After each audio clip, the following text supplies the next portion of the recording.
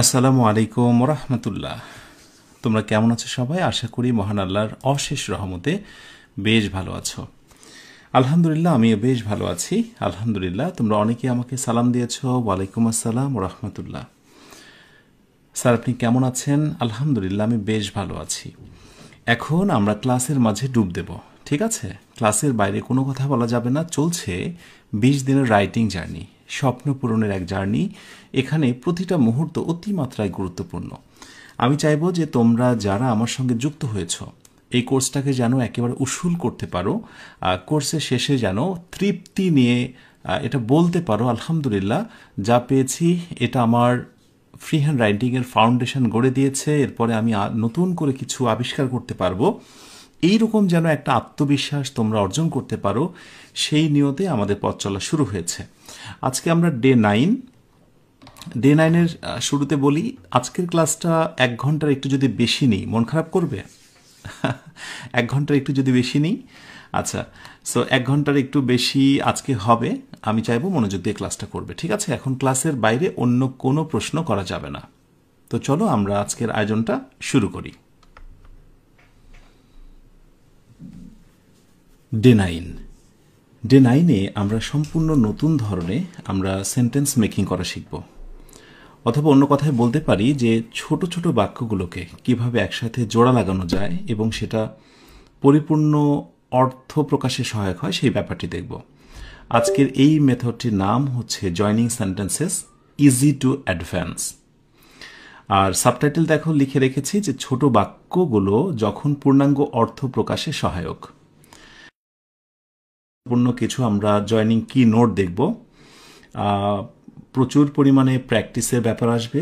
সাথে সাথে আমি বলবো যে আজকের এই ক্লাস এবং ক্লাসের পরে free handwriting word function বই থেকে চোখ বোলানো বা প্র্যাকটিস করা, এই দুয়ে মিলে মূলত পূর্ণতা।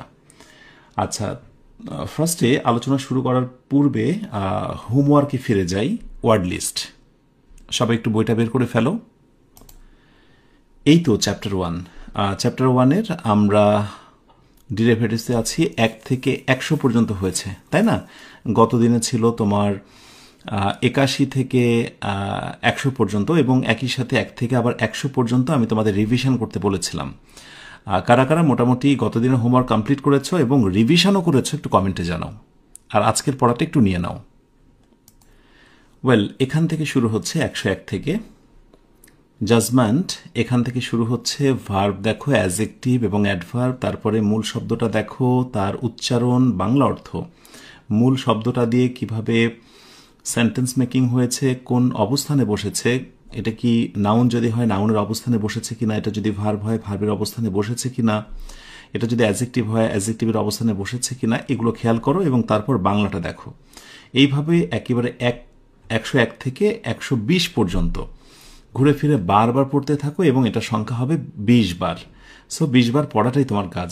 মুখস্থ করব এটা বলে বা এইটা মনে করে পড়তে বসার দরকার নেই, ঠিক আছে? এইভাবে চলতে থাকবে আমাদের। আরেকটি বিষয় তোমাদেরকে বলি যে যারা এই পড়াগুলো পড়ছো না, কোনোভাবে প্রতারণা করছো, লাইক আমি বলছি সেটা কর্ণপাত করছো না, তুমি কিভাবে ফ্রি হ্যান্ড রাইটিংয়ে দক্ষ হবে? ফ্রি হ্যান্ড রাইটিংয়ে দক্ষ হবার এটিই তো মূল কথা, যে তোমাকে ওয়ার্ডগুলো ভালো করে জানতে হবে। ওয়ার্ড নিয়েই তো তোমাকে সেন্টেন্সের মধ্যে খেলতে হবে, তাই না? তো তুমি যদি সেই খেলায় দক্ষতার পরিচয় দিতে চাও, তাহলে ওয়ার্ডের ব্যাপারে বা এই পদ্ধতি জানার বাইরে অন্য কোনো বিকল্প উপায় নেই। তোমাকে কি করে বোঝাবো? পৃথিবীর কোনো বই, পৃথিবীর কোনো কোর্স তোমাকে ফ্রি হ্যান্ড রাইটিংয়ে দক্ষ করবে না। আমি যে পদ্ধতিগুলো দেখাচ্ছি সেটা যথাযথভাবে ইমপ্লিমেন্টের মাধ্যমে, বাস্তবায়নের মাধ্যমে কিন্তু তুমি দক্ষ হবে। তাই অনুরোধ থাকবে, কোনোভাবেই আমার দেওয়া হোমওয়ার্কগুলো মিস করো না। এটি হোক তোমার ফ্রি হ্যান্ড রাইটিং শেখার মূল সোপান, মূল কি। আচ্ছা, এই হলো 120তম। এই পর্যন্তই তোমাকে বারবার রিভিশন করতে হবে, ঠিক আছে? এই হোমওয়ার্কটি দেওয়া থাকলো। এবার চলো আমরা মূল আলোচনায় ফিরে যাই, যেখান থেকে আমরা সেন্টেন্স মেকিং দেখব নতুন প্যাটার্নে, নতুন ধরনে। Well, joining sentences easy to advance. আমরা যেটা করব, এভাবে জয়নিং কি নোট শিরোনামে আমরা আজকে 5টা নোট দেখব। যেগুলো দিয়ে আমরা একটা ছোট বাক্যকে বড় করতে পারি। ছোট বাক্য তোমরা অনেকে লিখতে পারো, এটাই সত্য, কিন্তু যুক্ত করার সময় যে বেসিক কিছু নিয়ম জানতে হয় এটা তোমরা জানো না। আর আজকের আলোচনায় কিন্তু আরো বেশ কয়েকটা জিনিসে খুবই ব্যবহার আসবে, যেমন টেন্সের একটা ভালো ব্যবহার দেখতে পাবে। এরপরে সাবজেক্টের ভ্যারিয়েশন সম্পর্কে জানতে পারবে, যে সাবজেক্ট যখন একই হয় তখন কি হয়, দুইটা সাবজেক্ট যখন ভিন্ন হয় তখন কি হয়। এর সঙ্গে কিছু পজিটিভের স্পেশাল ব্যবহার আসবে, কোনো কোনো সময় জেরান্ড পার্টিসিপল ভার্বের সঙ্গে আইএনজির ব্যবহার আসবে। এই বিষয়গুলো অবশ্যই আসবে। তোমাদের একটা কথা মনে আছে, আমি একসময় বলেছিলাম যে আমি আস্তে আস্তে করে তোমাদের সেই সেন্টেন্সগুলোতেও নিয়ে যাব, কমপ্লেক্স, সিম্পল বা অ্যাডভান্স লেভেলগুলোতেও নিয়ে যাব। তোমাদের ছোট ছোট বাক্য থেকে সেগুলোর রূপান্তর দেখাবো। নিশ্চয়ই মনে আছে তোমাদের। এখন সেই সময় এসেছে, এখন এটি দেখানোর সময় যে ছোট বাক্যর সাথে কিছু যুক্ত করলে সেটা কমপ্লেক্স হয়ে যায়, সেটা সিম্পল হয়ে যায়। এবং সাথে এটাও তোমাদের দেখাবো যে ফ্রি হ্যান্ড রাইটিংয়ে কোন ধরনের বাক্য তোমাদের বেশি ব্যবহার করা উচিত, বা কোন ধরনের বাক্য লিখলে পরীক্ষক বা যিনি খাতা দেখছেন বা তোমার খাতা মূল্যায়ন করছেন তিনি বাহবা দেবেন বা তোমার প্রতি প্লিজড হবেন, খুশি হবেন। ঠিক আছে, সেই কৌশলগুলো আমি দেখাবো। আচ্ছা, আমরা জয়নিং সেন্টেন্স প্রথমটায় বিকজ, অ্যাজ এবং সিন্সের ব্যবহার সম্পৃক্ত যে বাক্যগুলো আছে সেইগুলো নিয়ে একটু কথা বলছি। তোমরা মনে রেখো, মোটামুটি বাক্যতে বিকজ মানে তো কারণ, এটা আমরা জানি। অ্যাজ এবং সিন্স মানেও কারণ প্রকাশ করে, যদিও কোনো কোনো ক্ষেত্রে আমরা অ্যাজ মানে যেহেতু বলি, সিন্স মানেও যেহেতু বলি, কিন্তু বিকজেরই সমার্থক শব্দ হিসেবে কিন্তু অ্যাজ এবং সিন্স ব্যবহার হয়। সেটারই প্রমাণ আমি তোমাদের এখন দেখাবো। আচ্ছা, ধরে নেওয়া যাক এই দুইটা তোমাকে বাক্য দেওয়া হলো বাংলা, এবং তার ইংরেজি ট্রান্সলেশন করতে বলা হলো। আমার মনে হয় যে তোমরা অনেকে এটা পারবে। ছাত্রটি দেরি করেছিল, আমরা একটু করি আগে। হ্যাঁ, ছোট ছোট বাক্যগুলো আমার সাথে সাথে তোমরা ট্রাই করবে। আমি লিখার আগে তোমরা যদি ট্রাই করো আরো ভালো হয়। ছাত্রটি, তাহলে বলবো দ্য স্টুডেন্ট। যখন টি বলা হয় তখন দা ব্যবহার করতে হয়, দ্য স্টুডেন্ট। ওকে, কমন নাউনে পড়বে, অবশ্যই একটা আর্টিকেল বা ডিটারমিনার বসাতে হয়। ছাত্রটি দেরি করেছিল, তাহলে আমরা দেরি করা বলতে ওয়াজ লেট বলবো, ঝামেলা শেষ। The student was late. তোমরা এখানে বিকাম বা বিকাম ইউজ করতে পারবে না, বিভার্বি দিতে হবে। এরপরে আরেকটা বাক্য, সে বাস মিস করলো। তুমি কি লিখতে চাও? সে বাস মিস করলো, তাহলে বলবো হি। ওই ছেলেটাই তো, ওই স্টুডেন্টটাই তো, তাই না? ওকে, হি। এরপরে কি? মিস করেছিল বাসটি, মানে নির্দিষ্ট করে বাসটি। তাহলে এখানে আমরা দা বাস বলবো। অতএব এই ধরনের বাক্যগুলো তোমরা ট্রান্সলেশন করতে পারবে বা পারা উচিত এখনকার এই সময়ে। আচ্ছা, এবং এখানে একটা লক্ষণীয় বিষয় দেখো, দ্য স্টুডেন্ট এবং হি মানে একই রকমের সাবজেক্ট, যেটাকে বলছি আমরা সিমিলার। তাহলে টাইপ 1 এর পাশে আমি একটা ছোট্ট করে কথা লিখে রাখবো, সিমিলার সাবজেক্ট। অর্থাৎ সিমিলার সাবজেক্ট আমরা যখন দেখতে পাবো, দুই পাশে দুইটা যখন সিমিলার সাবজেক্ট হবে, তখন বিকজ, অ্যাজ বা সিন্স দিয়ে যুক্ত করার কোনো কৌশল আছে কিনা সেটা আমরা একটু দেখব। এখন আসো, আমরা এই দুইটা বাক্য তো এমনি লিখতে পারলাম, কিন্তু তুমি যদি এই ধরনের বাক্য কোনো ফ্রি হ্যান্ড রাইটিংয়ে লেখো তোমার এই এজে এসে, তাহলে পরীক্ষক এটা দেখে হাসবেন। হ্যাঁ, ক্লাস 4, 5, 6, 7 বাচ্চারা এই ধরনের সেন্টেন্স লিখলে সেটা মানানসই হয় না। একটা গল্পতে লেখা হচ্ছে যে ছাত্রটি দেরি করে ফেলেছিল, সে বাসটা মিস করলো, তারপরে সে কাঁদতে শুরু করলো, এরপর তার অভিভাবক এসে তাকে সান্ত্বনা দিলেন। এইভাবে ছোট ছোট বাক্য ফুল স্টপ দিয়ে দিয়ে তুমি লিখতে পারো। সেটা হচ্ছে একেবারেই ইবতেদায়ী শাখা, রাইট? হচ্ছে তোমার ছোটদের গল্পগুলোতে এগুলো শোভা পায়, কিন্তু তুমি যখন বড় হয়েছ তোমার হ্যান্ড রাইটিংটাও সেরকম প্রফেশনাল হতে হবে। আর এর জন্যই বলা হচ্ছে যে কোনো কোনো ক্ষেত্রে তোমাকে কিছু জয়নিং টুল ইউজ করতে হবে, বাক্যকে যুক্ত করার জয়নিং টুল। সেই টুলসগুলো কি, এই স্টেপ বাই স্টেপ আমি দেখাচ্ছি। তাহলে ধরো আমি এখানে বললাম দ্য স্টুডেন্ট দিয়ে আমি, হ্যাঁ ওকে, দ্য স্টুডেন্ট এরপর কি, মিসড দ্য বাস। যেহেতু দুই পাশে সাবজেক্ট আমার একই, সুতরাং আমি দ্য স্টুডেন্ট বলেই পরে বাক্যটা কাজ চালিয়ে দিলাম। দ্য স্টুডেন্ট মিসড দ্য বাস। মানে কি বলে স্টুডেন্টটা শিক্ষার্থী বাসটা মিস করেছিল। এবার বিকজ লাগাও,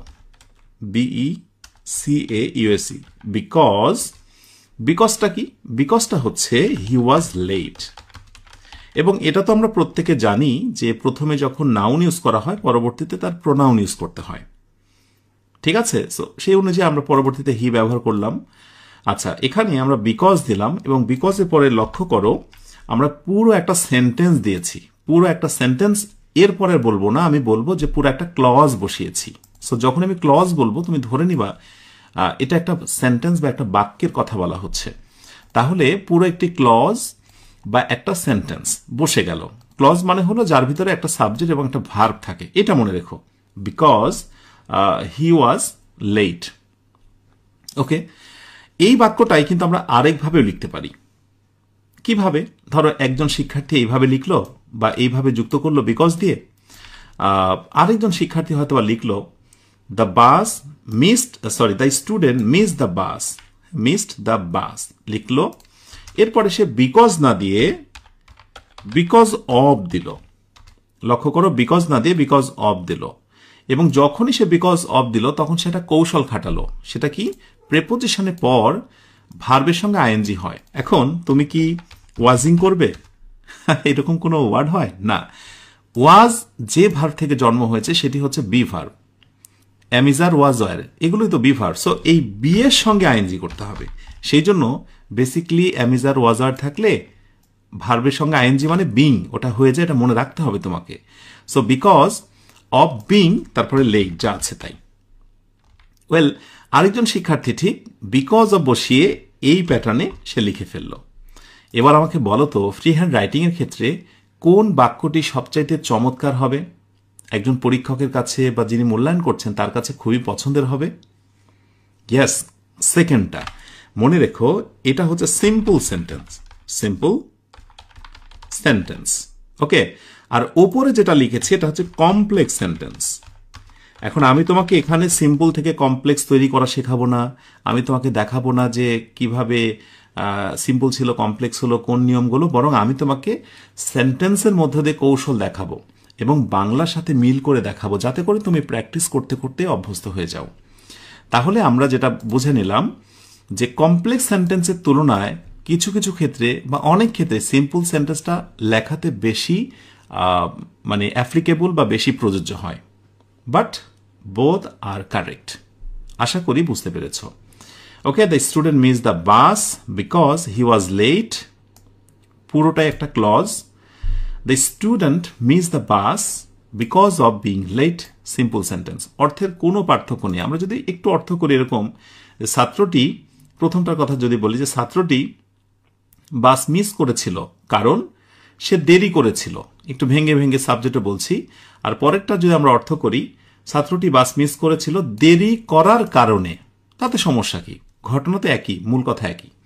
ওয়েল, এবার আমরা চাইলে এখানে বিকজ ইউজ করতে পারি, কোনো কোনো ক্ষেত্রে আমরা এখানে অ্যাজ ইউজ করতে পারি, চাইলে আমরা সিন্স ইউজ করতে পারি, বাট বিকজটা বেশি ব্যবহৃত হয়। সো আমি এটাকে একটু রেড করে দেব। আশা করি বুঝতে পেরেছ যে ছোট বাক্যগুলোকে কিভাবে যুক্ত করা যায়। বাট সাথে এটাও মনে রেখো, যখন সাবজেক্ট হবে সিমিলার তখন এই নিয়ম যেটা আমি দেখালাম। কিন্তু এবার আমরা টাইপ 2 দেখব, যেখানে সাবজেক্ট হবে ডিসসিমিলার বা ভিন্ন। ওইগুলোই, অর্থাৎ ওই টুলসগুলোই, বিকজ, অ্যাজ, সিন্স। শুধু পার্থক্য হচ্ছে টাইপ 2তে আমি তোমাদেরকে যেটি দেখাবো, লক্ষ্য করো নিচে যে দুইটি বাক্য আছে সেখানে কিন্তু ডিসসিমিলার সাবজেক্ট। এইখানে সাবজেক্টটা ডিসসিমিলার। কিভাবে আমি দেখাচ্ছি তোমাদের। আমি পরীক্ষায় ফেল করেছিলাম, আমি একটা, আর শিক্ষক আমাকে সঠিকভাবে গাইড করেননি বা দিক নির্দেশনা দেননি। আলাদা সাবজেক্ট না? আলাদা সাবজেক্ট। এনিওয়ে, এখন আমরা আগে ট্রান্সলেশনটা করে ফেলি, কেমন? আচ্ছা, ট্রান্সলেশনটা আমরা করছি। ছোট ছোট বাক্য, আশা করি এগুলো তোমরা করতে পারবে, আমার সাথে সাথে ট্রাই করো তোমরা। আমি পরীক্ষায় ফেল করেছিলাম। সো নর্মালি কি বলবো? আই ফেল করেছিলাম। মানে এখানে আসলে ফেল না দিয়ে আমার ব্যর্থ বলার কথা, কিন্তু মনে রেখো কিছু কিছু ইংরেজির বাংলা করলে সেটা শুনতে খুবই বেমানান লাগে, যার কারণে আমি ইংরেজিটা রেখেছি এখানে। আমি পরীক্ষায় ফেল করেছিলাম। I failed I failed in the exam. আশা করি এইটুকু তোমরা অনেকে করতে পারবে। ধরো তারপরে তুমি আরেকটা কথা বলতে চাচ্ছ এইভাবে যে শিক্ষক আমাকে সঠিকভাবে গাইড করেননি বা দিক নির্দেশনা দেননি, অতএব পরের বাক্যটাকে আমরা কি করতে পারি? শিক্ষক। তো শিক্ষক মানে হচ্ছে কমন নাউন। আমি তো আর বলিনি যে mister X Y Z teacher, মানে নাম ধরেও বলছি না। তো যখন বলেছে শিক্ষক, দ্যাট মিনস হচ্ছে কমন, আর কমনের আগে একটা আর্টিকেল বসানো খুবই জরুরি। সো দ্য টিচার কি করলেন? আমাকে গাইড করেননি বলতো কোন টেন্স? করেননি বা করেছিলেন না, হ্যাঁ পাস্ট টেন্স। তাহলে নেগেটিভ করে দিই, পাস্ট টেন্সের নেগেটিভ হচ্ছে ডিড নট। এখন কেউ যদি এসে আমাকে বলো যে করেননি এটা কোন টেন্স বুঝতে পারেনি, বা ডিড নট এটা কিভাবে আসলো জানি না, তাহলে ফ্রি হ্যান্ড রাইটিং শিখতে আসাটাও বলা যায় যে এক ধরনের ভুল পদ্ধতি। কারণ আমি বলেছি অ্যাটলিস্ট টেন্সের জ্ঞানটা শুধু নিয়ে আমার কাছে হাজির হও। ওয়েল, আশা করি বুঝতে পেরেছ তোমরা যে টেন্স খুবই গুরুত্বপূর্ণ ব্যাপার। আচ্ছা, দ্য টিচার ডিড নট, এরপরে কি করলো? ডিড নট গাইড মি, আমাকে গাইড করেননি। কিভাবে করেননি? বলবো যে সঠিকভাবে, so properly, PROPERLA, properly. Well, এবার দেখো স্পষ্ট হয়ে গেছে যে ডিসিমিলার সাবজেক্ট, এখানে আই আর এখানে হচ্ছে দ্য টিচার, সম্পূর্ণ আলাদা সাবজেক্ট। ওয়েল, এবার আমরা জয়নিং করতে চাই, একসাথে আমরা একটু যুক্ত করতে চাই। তো চলো আমরা একটু যুক্ত করে দেখি কি অবস্থা। আচ্ছা, জয়নিং এর ক্ষেত্রে প্রথমত I failed in the exam এটুকু লিখে দেব, কোনো ঝামেলা নেই। I failed in the exam, আমি পরীক্ষায় ফেল করেছিলাম। এরপর দেব বিকজ এর পর কি, যেহেতু সাবজেক্ট আলাদা তাই পুরোটা আবার লিখে দেব আমি। বিকজ ছোট হাতের the teacher did not guide me properly. একটু খেয়াল করো, মানে সেম আগেও যা শিখিয়েছিলাম এবং এখানেও কিন্তু তুমি তাই পাচ্ছ, এমন কোনো পার্থক্য নেই। এ পাশের সাবজেক্ট আর এ পাশের সাবজেক্টটা শুধু আলাদা, তাই আমি এখানেও একটু বোল্ড করে রাখবো। যুক্ত করলাম কি দিয়ে? আমি বিকজ দিয়ে যুক্ত করলাম, আগেও করেছিলাম। তুমি চাইলে এখানে বিকজ দিতে পারো, তুমি এখানে অ্যাজ দিতে পারো, তুমি সিন্স দিতে পারো। তাহলে অর্থ কি দাঁড়ালো? আমি পরীক্ষায় ফেল করেছিলাম কারণ শিক্ষক আমাকে যথাযথভাবে গাইড দেননি। That's great. এবার আসো আমি একটু অন্যভাবে যুক্ত করি। অন্যভাবে হচ্ছে I failed in the exam, এটুকু আমি লিখব। এবার নিশ্চয়ই তোমাদের মনে আছে এর আগে কিন্তু আমি কি দিয়েছিলাম? বিকজ অফ দেব। বিকজ অফ দিয়ে যখন আমি যুক্ত করছি, তোমাদের মনে আছে কিনা পরবর্তীতে ভার্বের সঙ্গে আইএনজি, বিং এরকম কিছু দেখিয়েছিলাম। তো সেখানে সাবজেক্ট ছিল একই, কিন্তু যখন সাবজেক্ট হচ্ছে ভিন্ন তখন যেটা করতে হবে, পরের সাবজেক্টটাকেও তোমার এবার টেনে নিয়ে আসতে হবে নিচে। দ্য টিচার, এই টিচারটাকে করতে হবে পজেসিভ, টিচার্স। আমি এই জন্য বললাম কিছু কিছু পজেসিভের ব্যবহার জানতে হবে তোমাকে। So because of the teachers কি বলতো? নট, এই নট। এবং যখনই তুমি কোনো পজেসিভ নিবে, ওই যে হিজ, হার, মাই, এগুলোর পরে পরবর্তী ভার্বের সঙ্গে আইএনজি হয়ে যায়। সো আমি এখানে করবো গাইডিং, এই যে গাইডটাকে করলাম গাইডিং।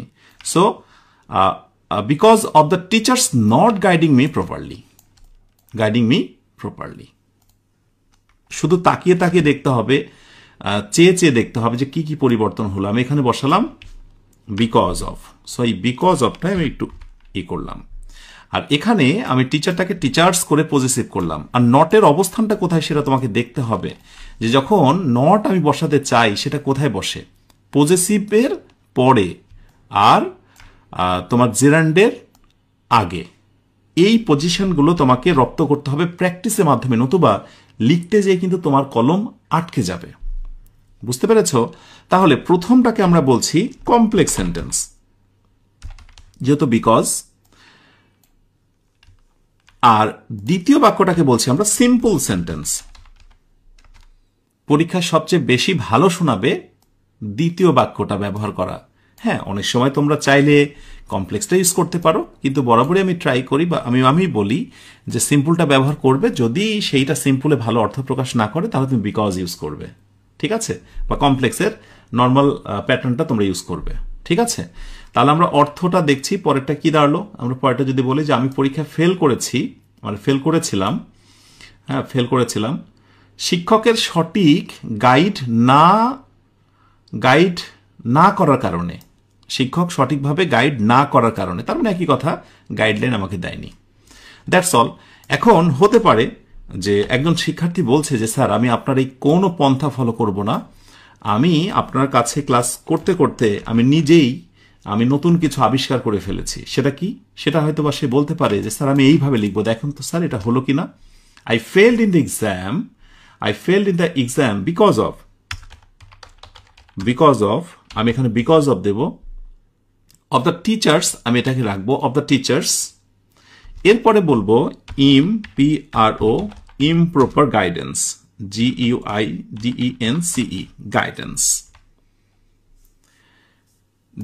guidance। দেখো কি ঘটনা ঘটালো সে, একটু সৃজনশীল, বাট এটাও ফ্যান্টাস্টিক একটা sentence. I failed in the exam, আমি পরীক্ষা ফেল করেছিলাম because of the teacher's improper guidance. অর্থাৎ মানে ইমপ্রপার বলতে বুঝতেই পারছো যে শিক্ষকের ভুল নির্দেশনার কারণে, ইমপ্রপার গাইডেন্স। এই যে কৌশল করে তুমি নট গাইডিং না দিয়ে তুমি হচ্ছে ইমপ্রপার দিলে, ওর মধ্যে নট লুকানো আছে। আবার তুমি জানো যে ইমপ্রপার হচ্ছে অ্যাডজেক্টিভ, তারপরে গাইড হবে না, তখন নাউন করে গাইডেন্স করেছো। এগুলো কিভাবে? এই ক্রিয়েটিভ সেন্টেন্সগুলো আস্তে আস্তে তোমার ভিতরে চলে আসবে যত বেশি প্র্যাকটিস করবে। আমি আজকে পারছি কেন? কারণ আমিও তোমার মতো যখন ছিলাম, তোমার বেশেই ছিলাম, অনেক কিউরিয়াস ছিলাম, অনেক কিছু জানতে চাইতাম, লিখতাম, বাট প্রচুর প্র্যাকটিস করতাম, প্রচুর। এইটা আমার খুব খুব করে মনে আছে। আমি ইংরেজি লেখার জন্য ওয়ার্ড বিশেষ করে, তারপরে তো অনেক এসে কম্পোজিশন শুধু লিখতাম। এই লেখাটা আমার কাছে নেশা ছিল। তো শেখাটাকে নেশায় পরিণত করো, প্র্যাকটিস করাটাকে নেশায় পরিণত করো, ঠিক আছে? তাহলে দেখবে আমি যা শেখাচ্ছি তার থেকে তুমি দ্বিগুণ শিখতে পারছো। I fail in the exam because of the teacher's improper guidance. So both are correct. আশা করি বুঝতে পেরেছ কিভাবে আমরা বিকজ, অ্যাজ এবং সিন্স ব্যবহার করে কমপ্লেক্স সেন্টেন্স বা সিম্পল সেন্টেন্স গঠন করব। সাবজেক্ট একই রকম যখন হয় তখন কেমন, আর সাবজেক্ট যখন ডিসিমিলার বা ভিন্ন হয় তখন কেমন।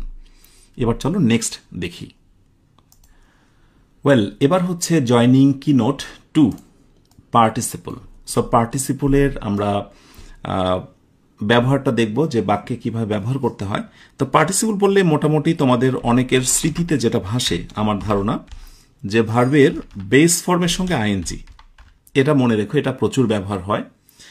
এরপরে আরেকটা আছে, এটাকে বলা হয় প্রেজেন্ট পার্টিসিপল। হ্যাঁ, ভার্বের বেস ফর্মের সঙ্গে আইএনজি মানে প্রেজেন্ট পার্টিসিপল।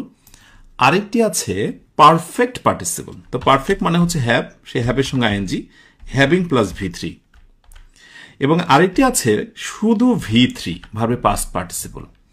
তো এইটার ব্যবহারটা খুবই কম এবং লেখার ক্ষেত্রে ব্যবহার খুবই কম হয়, এবং অনেক সময় আসল অর্থ প্রকাশে অনেকটা বিপরীত হয়ে যায়, যার কারণে তোমরা বেশিরভাগ ক্ষেত্রে এই দুইটা ব্যবহার পাবে, বা আমিও তোমাদের রেকমেন্ড করব যে এই দুটি ব্যবহার করবে। আমি এক্সাম্পল দিয়ে বোঝাচ্ছি, ওয়েট করো। তাহলে পার্টিসিপল বললে মোটামুটি এটা তোমরা অনেকে বোঝো। That's great. এখন আসো টাইপ 1 এবং টাইপ 2 দুইটাই।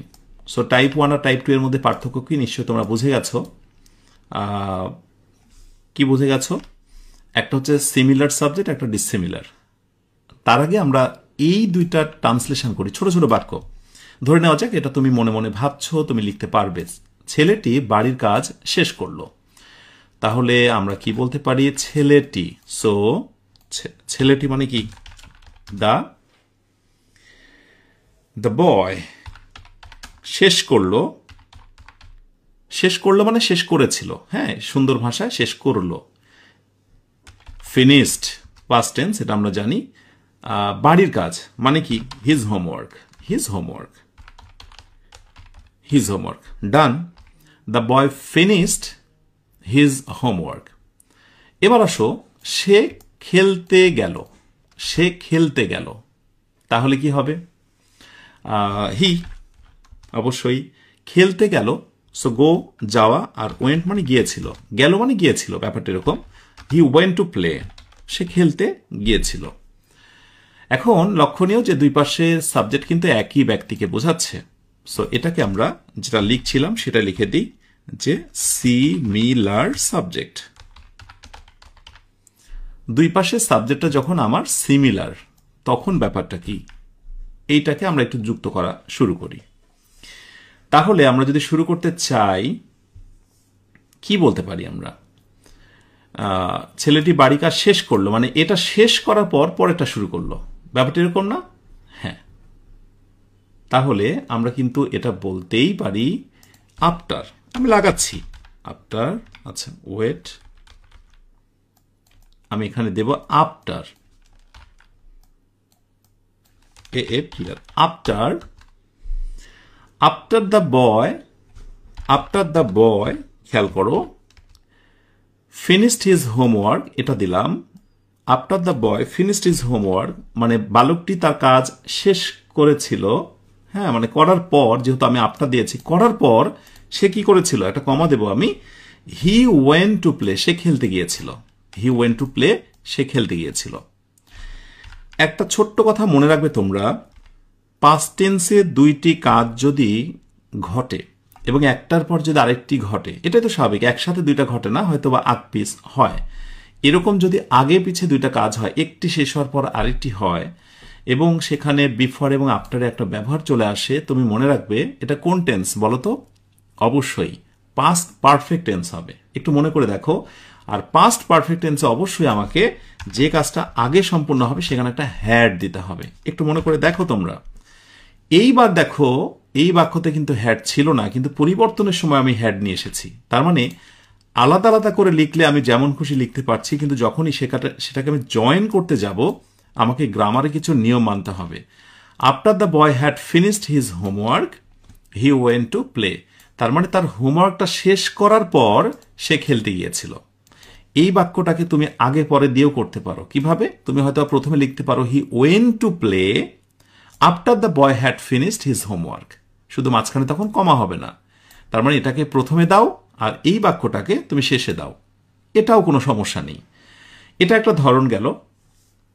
এখন আমরা আরেকভাবে এটাকে কাজ করতে পারি, সেটা দেখো। এই যে প্রথম যে বাক্যটা আছে, আরেকভাবে যুক্ত করছি। একটা তো দেখলাম আমরা, ওকে।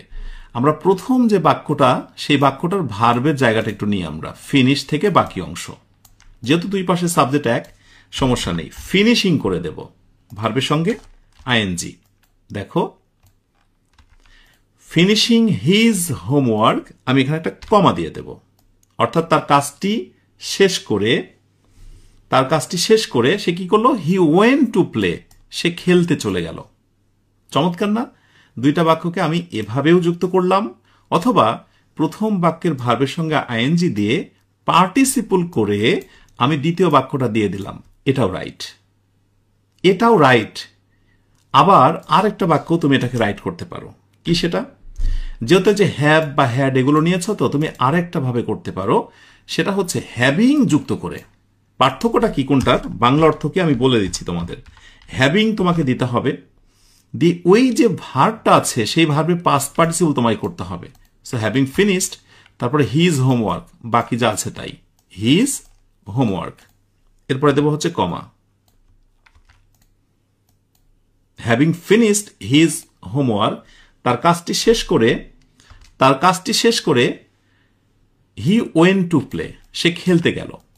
এখানে একটা বিষয় আমি আরেকটা জিনিস তোমাদের স্পষ্ট করি, যেহেতু এখানে বয় উল্লেখ ছিল এবং এই পাশে হি ছিল, তো যখন দেখো পরবর্তীতে আমি হি ব্যবহার করছি, তখন বয় কিন্তু আর দেখাই যাচ্ছে না, কারণ হি তো রাতুলেরও প্রণাম হতে পারে, রহিমেরও প্রণাম হতে পারে, কিন্তু এখানে দা বয়ের প্রণাম হচ্ছে হি। সেই জন্য বেসিক্যালি এখানে দা বয় দেওয়াটা সবচেয়ে যৌক্তিক। বুঝতে পেরেছ? আমরা দা বয়টা উল্লেখ করব, এখানে আমরা দা বয়টা দিয়ে দেব, কারণ দা বয় মানেও যা, হি মানেও তাই। কিন্তু ইংরেজি গ্রামারের নিয়ম হলো আগে নাউন উল্লেখ করতে হয়, তারপরে প্রোনাউন। কিন্তু আমাদের কি হয়েছিল? আমাদের এখানে অযথা প্রোনাউন হয়েছিল, কিন্তু আমরা হিটা কার জন্য ব্যবহার করেছি সেটা বুঝতে পারছিলাম না। তো যার কারণে আমরা এখানে দা বয় ইউজ করব, দা বয় দিলাম, best. Having finished his homework the boy went to play. এখন প্রশ্ন হলো কোন বাক্যের কি অর্থ এবং কোনটি আমি পরীক্ষায় ব্যবহার করব বা আমি খাতায় লিখব। এবার আসো, ফিনিশিং আর হ্যাভিং ফিনিশড এই দুইটা নিয়ে একটু কথা বলি। যদি বলো ফিনিশিং হিজ হোমওয়ার্ক, তার কাজটি শেষ করে ছেলেটি খেলতে গেল, এর মানে কি? এই কাজ দুটি প্রায় একই সাথে ঘটেছে, মানে হোমওয়ার্কও শেষ, খেলতেও গিয়েছে, কিন্তু প্রকৃত অর্থে দুইটা কাজ কি একসাথে করা সম্ভব? মনে হয় সম্ভব নয়। আমরা হয়তোবা ইংরেজিতে লিখতে পারছি, কিন্তু প্রকৃত অর্থে একটা সেন্টেন্সে তো তিনটা প্রধান বৈশিষ্ট্য থাকে। হ্যাঁ, তো এখানে যে একটা বিশেষ গুণাবলীর সংকট ঘটেছে সেটি হচ্ছে যে আমরা বাংলা করলে দাঁড়াচ্ছে যে সে তার হোমওয়ার্কটা শেষ করেই খেলতে গিয়েছিল। মানে এরকম যে হোমওয়ার্কটা, খাতাটা সাথে নিয়ে মাঠে গিয়েছিল, খাতায় হোমওয়ার্কটা শেষ করে মাঠের বাইরে ছুঁড়ে ফেলে দিয়ে খেলতে নেমে গেল। আমরা কি এমনটা করি? করি না। বরং বাসায় হোমওয়ার্ক করে একটু সময় নিয়ে ওই কাজটা শেষ করলাম, হোমওয়ার্কটা, তারপরে খেলতে গেলাম।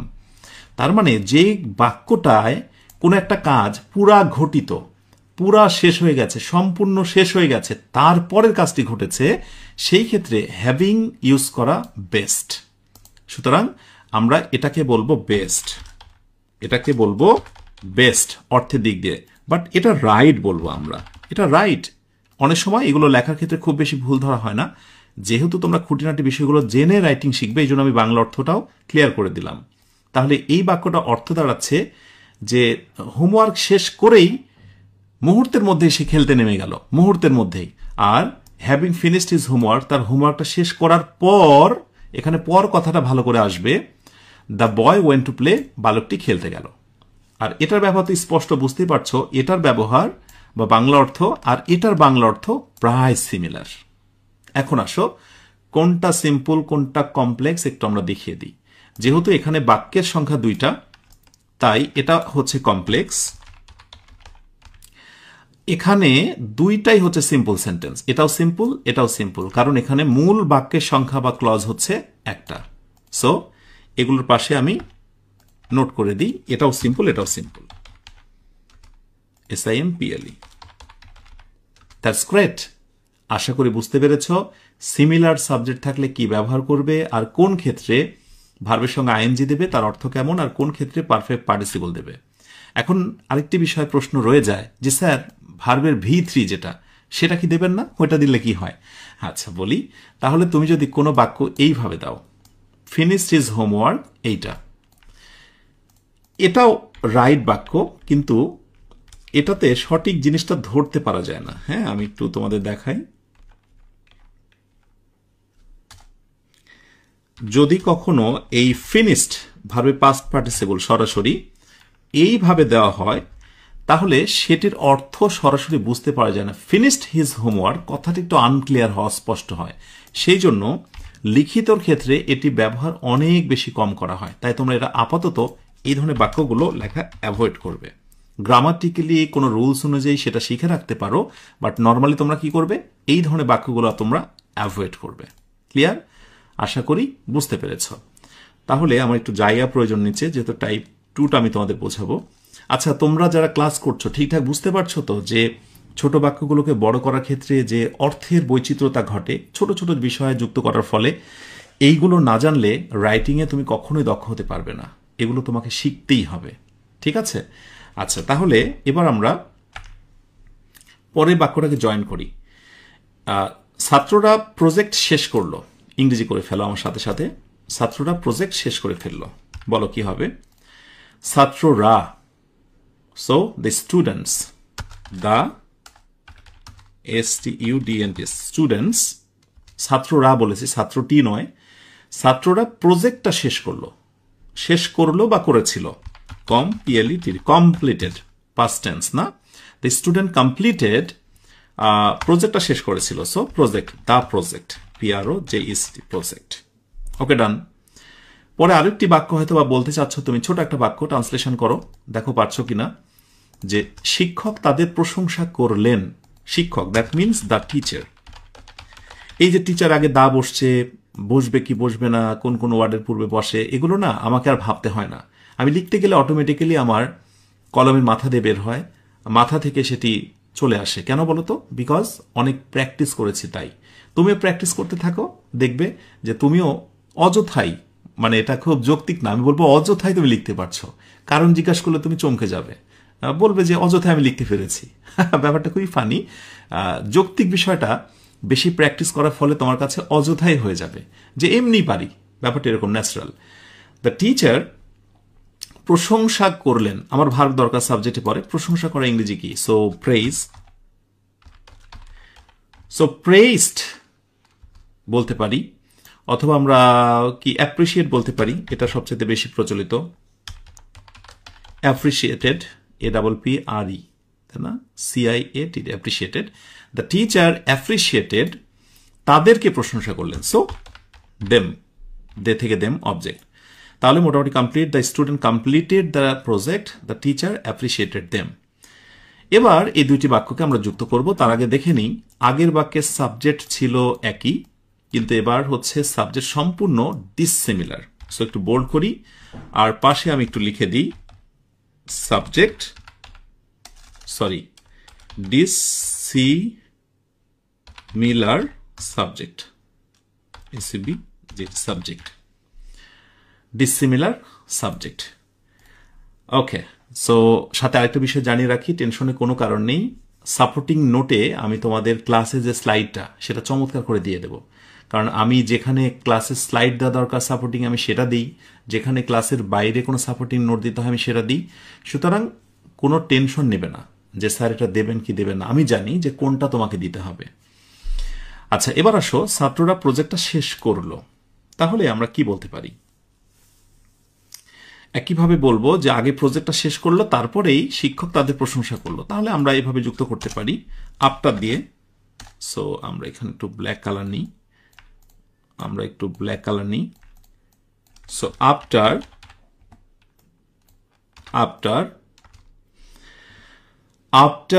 দ্য স্টুডেন্ট, প্রথম বাক্যটা টাইপ না করে আমি দ্রুত লিখলাম, after the students completed the project, comma, তারপরে দ্য টিচার অ্যাপ্রিসিয়েটেড দেম, শিক্ষক তাদেরকে প্রশংসা করলেন। এবার আমি হচ্ছে বোল্ডগুলো একটু আনবোল্ড করে দিই। ওকে, এইবার লক্ষ্য করো, এটাও পাস্ট টেন্স, এটাও পাস্ট টেন্স, এবং একটি কাজ শেষ হওয়ার পর আরেকটি হয়েছে। আগে প্রজেক্ট শেষ, তারপরে শিক্ষকরা প্রশংসা করেছেন। সুতরাং দুইটি কাজ যখন পাস্ট টেন্সে একটার পর আরেকটা ঘটে, তখন যে কাজটা আগে শেষ হয় ওটাকে পাস্ট পারফেক্ট টেন্স বানাতে হয়। এই নিয়মটা কিন্তু আমরা সেখানেও দেখেছি, আবার এখানেও দেখলাম। সো এখানে হবে হ্যাড কমপ্লিটেড, দ্যাটস গ্রেট। এই তো মোটামুটি। এখন আমরা যদি এগুলোকে রাইটের থেকেও বেস্ট যেটা বলেছিলাম, কি দিয়ে বলতো, হ্যাভিং দিয়ে, সেটা দিয়ে যুক্ত করব। মানে হ্যাভিংটা দিয়ে আমরা অভ্যস্ত হব সাধারণত, যেহেতু একটার পর আরেকটা সময় নিয়ে শেষ হওয়া। তাহলে কি হবে? তাহলে একটু বলো দেখি, আমার একটু জায়গা করে নিতে হবে উপরে, আমি এই স্লাইডে রাখতে চাচ্ছি, এই জন্য অন্য কোথাও নয়। আচ্ছা, তাহলে এইবারে আমরা দেব হচ্ছে হ্যাভিং লাগালাম, হ্যাভিং কমপ্লিটেড দ্য প্রজেক্ট। অবশ্যই আমরা এটুকু রাখবো। আগে খেয়াল করে দেখো তো এটুকু ঠিক আছে কিনা। হ্যাভিং কমপ্লিটেড দ্য প্রজেক্ট, ঠিক আগের মতো। Having finished his homework. কিন্তু ঘটনা হলো, আগেরটা সাবজেক্ট ছিল একই, কিন্তু এবার সাবজেক্ট হচ্ছে সম্পূর্ণ আলাদা, দুই পাশের সাবজেক্ট হচ্ছে ভিন্ন ভিন্ন। তাই একটু এখানে কৌশল খাটাতে হবে। সেটা কি? আমি যদি বলি দ্য টিচার, এইভাবে যদি আমি লিখে রাখি, হ্যাভিং কমপ্লিটেড দ্য প্রজেক্টটি শেষ করেই দ্য টিচার অ্যাপ্রিসিয়েটেড দেম, যে শিক্ষক তাদেরকে প্রশংসা করলেন। ঘটনা কি ঘটছে জানো?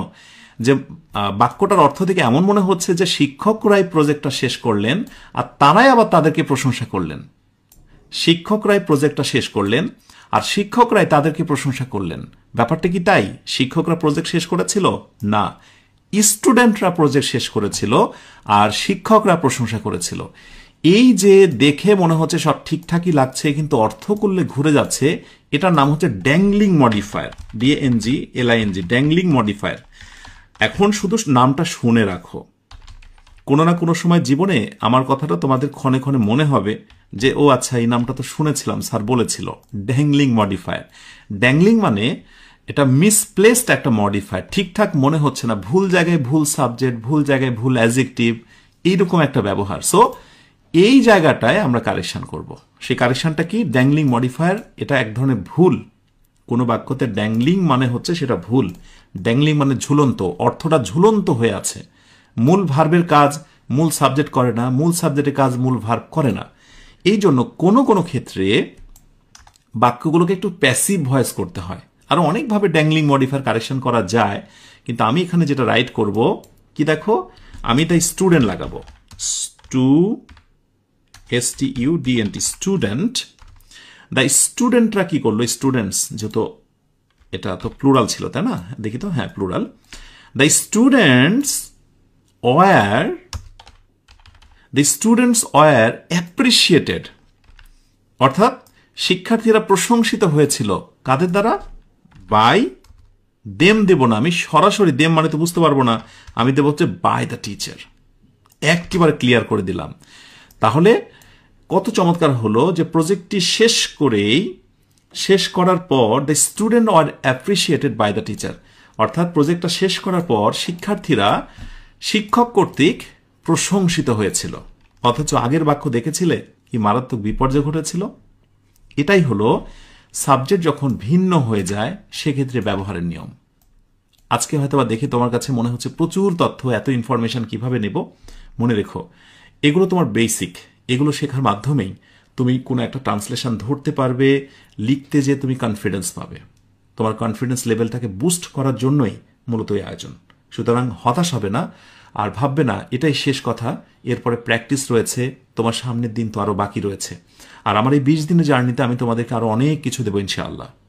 এই সব কিছু সমন্বয়ে তুমি আত্মবিশ্বাসের একটা বিশাল বটবৃক্ষে পরিণত হবে, আত্মবিশ্বাসের একটা বটবৃক্ষে পরিণত হবে।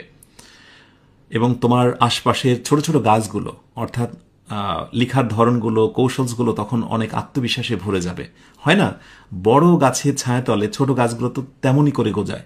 সো তুমি যখন নিজে আত্মবিশ্বাসের একটা বটবৃক্ষ হবে, তখন তুমি যা করবে, যা লিখবে, সেগুলোতে আত্মবিশ্বাসে ভরপুর থাকবে ইনশাআল্লাহ। সেই দোয়া তোমাদের জন্য থাকবে। ওয়েল, আমরা জয়নিং কি নোট 2 শেষ করলাম, এবার 3 দেখব। আচ্ছা, এবার হলো জয়নিং কি নোট 3তে এসে দেখবো আমরা নট অনলি এবং বাট অলসোর ব্যবহার। ফার্স্ট এইটুকু বলি, কোনো কোনো ক্ষেত্রে তোমরা এটার ব্যবহার এভাবে দেখতে পারো বা লিখতেও পারো। তুমি চাইলে নট অনলি পরেরটা তুমি হচ্ছে শুধু বাট ইউজ করতে পারো, হ্যাঁ। অথবা কোনো কোনো জায়গায় তুমি চাইলে নট ডট ডট বাট এভাবে লিখতে পারো, কোনো সমস্যা নেই। তো এই জাতীয় যে শব্দগুলো আমরা আছে, ইংরেজিতে এরকম অনেক শব্দ আছে, আইদার অর, নাইদার নর, নট অনলি বাট অলসো, এইগুলোকে বলা হয় পেয়ার কনজাংশন। পেয়ার মানে কি? পেয়ার মানে হচ্ছে দুই, যুগল। So pair conjunction, right. So এই পেয়ার কনজাংশনগুলোর একটা চমৎকার ব্যবহার দেখবো আমরা। এরা সবসময় সমজাতীয় জিনিসকে যুক্ত করে, সমজাতীয় নাউন, সমজাতীয় ভার্ব, সমজাতীয় অবজেক্ট, দুই পাশে ব্যালান্স করে। নট অনলি যদি ভার্বের আগে বসে, তাহলে বাট অলসো আরেকটা ভার্বের আগে বসবে। নট অনলি যদি নাউনের আগে বসে, আরেকটা নাউনের পরে আগে বাট অলসো বসবে। সাবজেক্টের আগে নট অনলি বসলে আরেকটা সাবজেক্টের পরে বাট অলসো, সাবজেক্টের পূর্বে বাট অলসো বসবে। মানে সমজাতীয় পার্টস অফ স্পিচ বা এলিমেন্টগুলোর এরা মোটামুটি ডিভাইডেড করে। আচ্ছা, এক্সাম্পল দেখি, মনে হয় আরো বেশি ক্লিয়ার হবো আমরা। আচ্ছা, এখানে আমরা টাইপ 1টা দেখি, সে মেধাবী। ট্রান্সলেশন করো, ছোট ছোট ট্রান্সলেশন, এগুলো পাঠতে হবে এখন থেকেই। He is intelligent, he is intelligent, সে খুবই মেধাবী। ওকে, ডান। সে পরিশ্রমী, আমরা কি বলতে পারি? সে পরিশ্রমী অনেক কিছুই। He is industrious, he is hard working, অনেক কিছু। হি ইজ হার্ড ওয়ার্কিং, ব্যাস, কথা শেষ। কিন্তু ধরো এরকম একটি বাংলা তুমি বলতে চাচ্ছ, সে মেধাবী এবং পরিশ্রমীও বটে।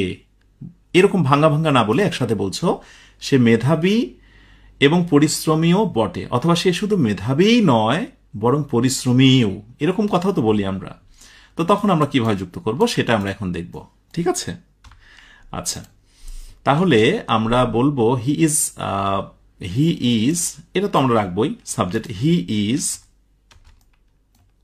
Two, okay, he is not only, দুইটা গুণের আগে লাগাবো। He is not only intelligent, দুইটা গুণ তুমি খেয়াল করো। He is not only intelligent, এরপরে হচ্ছে আরেকটা গুণাবলী, তার আগে লাগাবো but also. But also working, hard working. তাহলে দুইটা গুণাবলীর পূর্বে আমরা কি বসালাম? নট অনলি এবং বাট অলসো। আচ্ছা, এইটুকু থাকবে, বোল্ড হবে, নট অনলি এবং বাট অলসো। একটু নজর রাখো, নট অনলি কার পূর্বে বসেছে?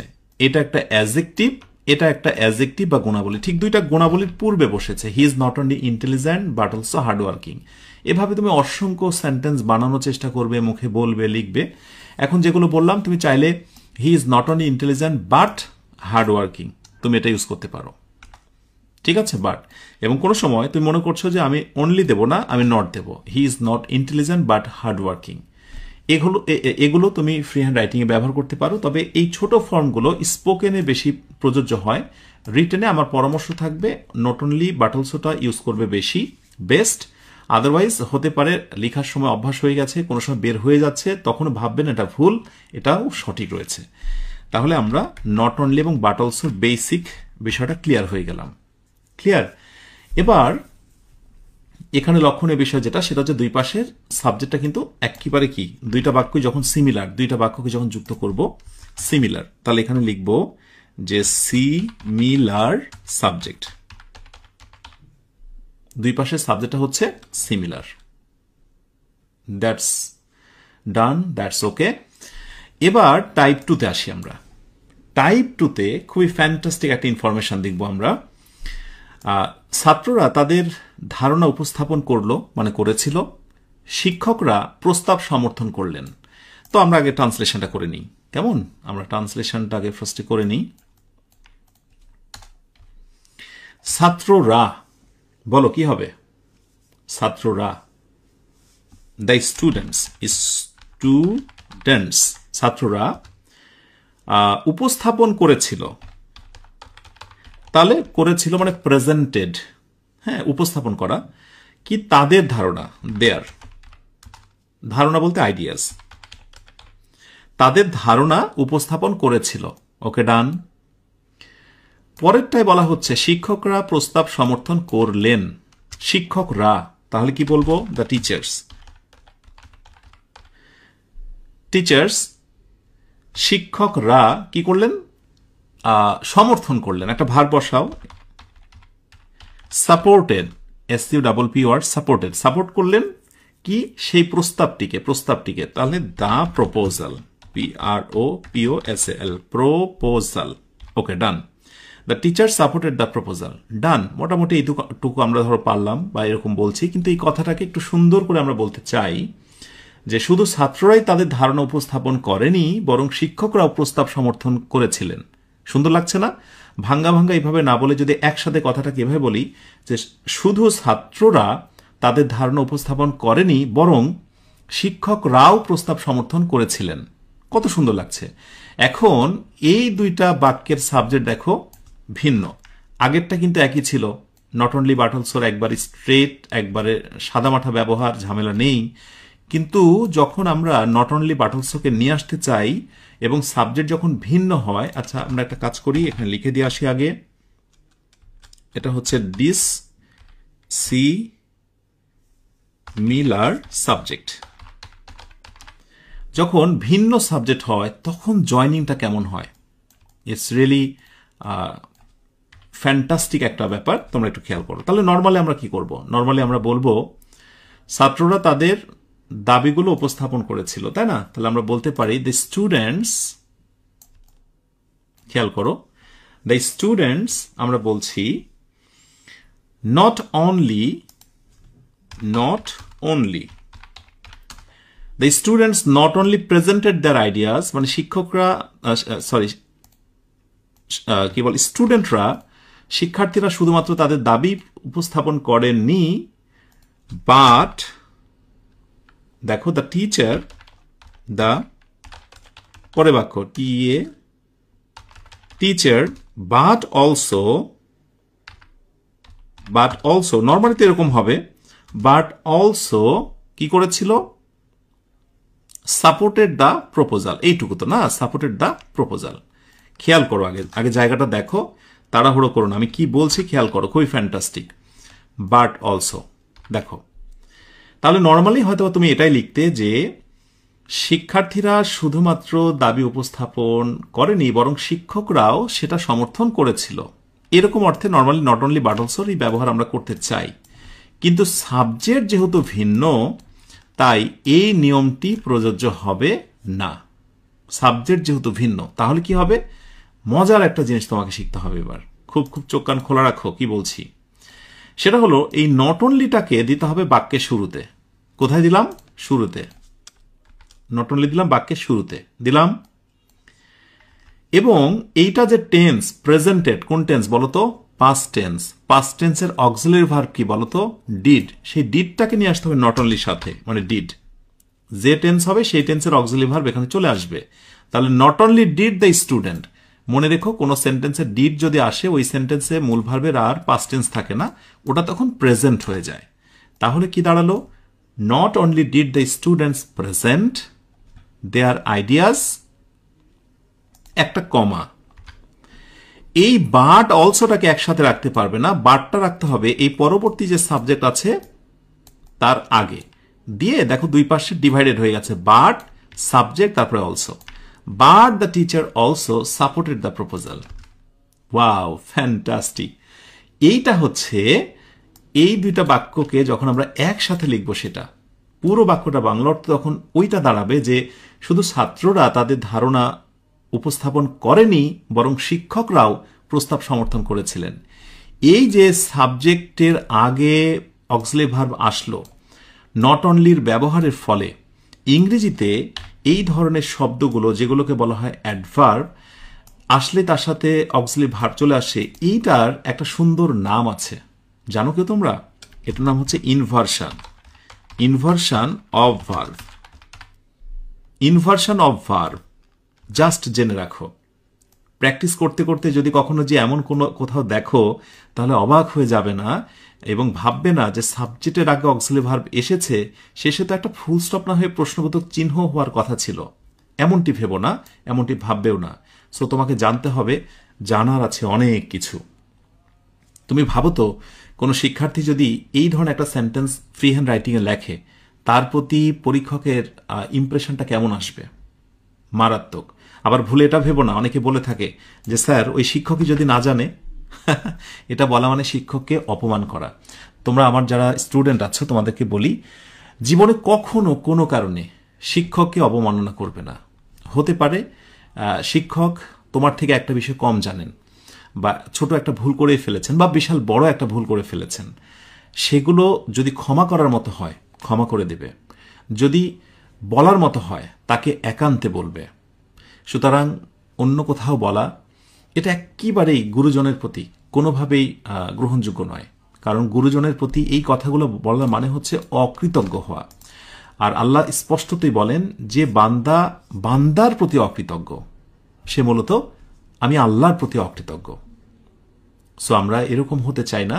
আমরা শিক্ষকদেরকে সর্বদাই সম্মানের আসনেই রাখতে চাই। এনিওয়ে, শিক্ষক সম্পর্কে এটি কখনোই বলবো না যে উনি উল্টা জানেন কিনা। উনি অবশ্যই জানেন এবং জানারই কথা। তো এইভাবে আমরা কয়েকটা সেন্টেন্স দেখতে পারি। আমার মনে হয় যে তোমাদের তৃষ্ণাটা নিবারণ হবে যদি আরো বেশ কয়েকটা উদাহরণ দেখি। কেমন হয় বলো তো? আমরা কি একটু দেখতে পারি? একটু কমেন্টে লেখো যে আদৌ একটা কি এক্সাম্পল এরকম দেখা যায় কিনা। কি চাও কি তোমরা? ওকে, তো চলো একটু আমরা দেখে নিই। Well, use of inversion not only dotted but also. শুধু নট অনলি এবং বাট অলসো নয়, এরকম অনেক অ্যাডভার্ব আছে, নেগেটিভ অ্যাডভার্ব যেগুলোকে বলা হয়। এগুলো বাক্যের শুরুতে যদি বসে যায়, এই যে শুরুতে বসেছে, দেখো প্রতিটাতেই শুরুতে বসেছে, আমি একটু রেড করলাম, তখন দেখো ওই বাক্যগুলোর অর্থ কি হয়েছে। শুধু সরকার নতুন নীতি ঘোষণা করেনি, বরং জনগণও সেটিকে সমর্থন করেছিল। আবার দেখো, শুধু লেখক নতুন বই প্রকাশ করেননি, বরং সমালোচকরাও সেটি প্রশংসা করেছিল। শুধু কোম্পানি নতুন প্রযুক্তি উদ্ভাবন করেনি, বরং বাজারেও সেটা সাড়া ফেলেছিল। একই ধরনের অর্থ। এবং খেয়াল করে দেখো, did the government announce, did the writer publish, did the company invent. পরেরটা আসো, but the people also, but the crisis also, but it also. খেয়াল করতে হবে কোথায় কি পরিবর্তন হয়েছে। আমি সেই জন্য ভিন্ন ভিন্ন কালার দিলাম, একটু সময় করে তোমরা দেখবে। ঠিক আছে, এটা শুধু দেখার মাধ্যমেই পূর্ণতা আসবে। আর পরবর্তীতে প্র্যাকটিস, ওই তো ক্লাস শেষ করে আমি তোমাদেরকে দেখাবো যে ফ্রি হ্যান্ড রাইটিং এর কোন চ্যাপ্টারটা পড়া শুরু করবে আজকে। ঠিক আছে, এরপর নেক্সটে আসি আমরা। আচ্ছা, এবার জয়নিং কি নোট 4, দো অলদো। এটাতে আমরা অনেক বাক্য লিখি, আমরা বলি। আচ্ছা, সেখানে টাইপ 1 এবং টাইপ 2 দুইটাই দেখবো আমরা। দুইটা ছোট বাক্য আগে নিজেরা ট্রান্সলেশন করো। এই ছোটগুলোই আমরা কিন্তু কমপ্লেক্স সিম্পলভাবে লেখার চেষ্টা করছি।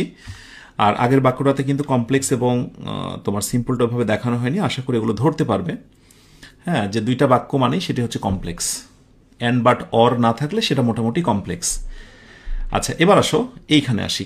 কোম্পানিটি বড় ক্ষতির মধ্যে ছিল। কোম্পানিটি, সো কি বলবো? দ্য কোম্পানি, পিএ নয়, কোম্পানি।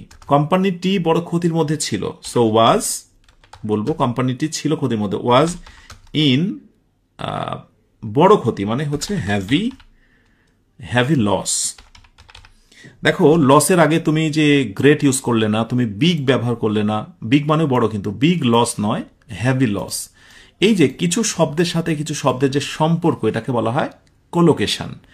এইটা জানা কিন্তু খুবই জরুরি। সাথে ছোট্ট করে একটু জানিয়ে রাখি, বাংলাদেশে প্রথম আমার তৈরি করা একটা বই আছে, বইটার নাম হচ্ছে কোলোকেশন ডিকশনারি।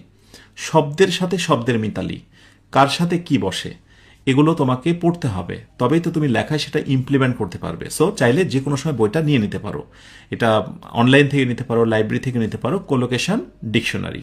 ঠিক আছে, এখানে এরকম প্রচুর শব্দ আছে, শত শত হাজার হাজার শব্দ আছে, যার সঙ্গে যার মিল। আচ্ছা, heavy loss, the company was in heavy loss. Okay, দিলাম।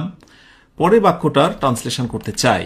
মনে মনে ভাবছি এরকম একটি বাক্য, কোম্পানিটি কর্মীদের বেতন পরিশোধ করেছিল।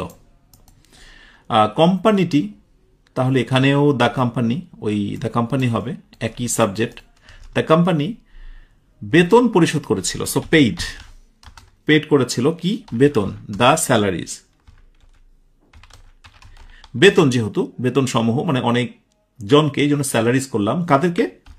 কর্মীদের। Two the employees. এই যে টু বসলো, কারোর দিকে, কারো প্রতি, কারোর জন্য ইত্যাদি অর্থে নির্দিষ্ট করে দা, to the employees. EMPLOYEES, employees, তাই না? Okay, done. তাহলে যেটি দাঁড়ালো, the company paid the salaries to the employees. এখন এই কথাটাকে যদি এইভাবে বলতে চাই, আমরা দুইটা কথা ভেঙে ভেঙে বললাম, যদি এইভাবে বলতে চাই যে যদিও কোম্পানিটি বড় ক্ষতির মধ্যে ছিল, তবুও তারা কর্মীদের বেতন প্রদান করেছিল। কথা তো তাই না, যে কোম্পানিটি বড় ক্ষতির মধ্যে ছিল, তবুও তারা বেতন পরিশোধ করেছিল। কথাটা কি সুন্দর করে বলছো? যদিও কোম্পানিটি বড় ক্ষতির মধ্যে ছিল, তবুও তারা কর্মীদের বেতন পরিশোধ করেছিল। তাহলে তুমি কিভাবে জয়েন করতে পারো দুইটা বাক্যকে? চলো দেখি। খুবই সিম্পল। যদিও, এইখানে দো বা অলদো যে কোনো একটা তুমি ব্যবহার করতে পারো। অলদোর ব্যবহারটা রাইটিং এ একটু বেশি, সো আমরা এটা করতে পারি। একটু আমরা ফন্টটা ছোট করলে ভালো দেখাবে।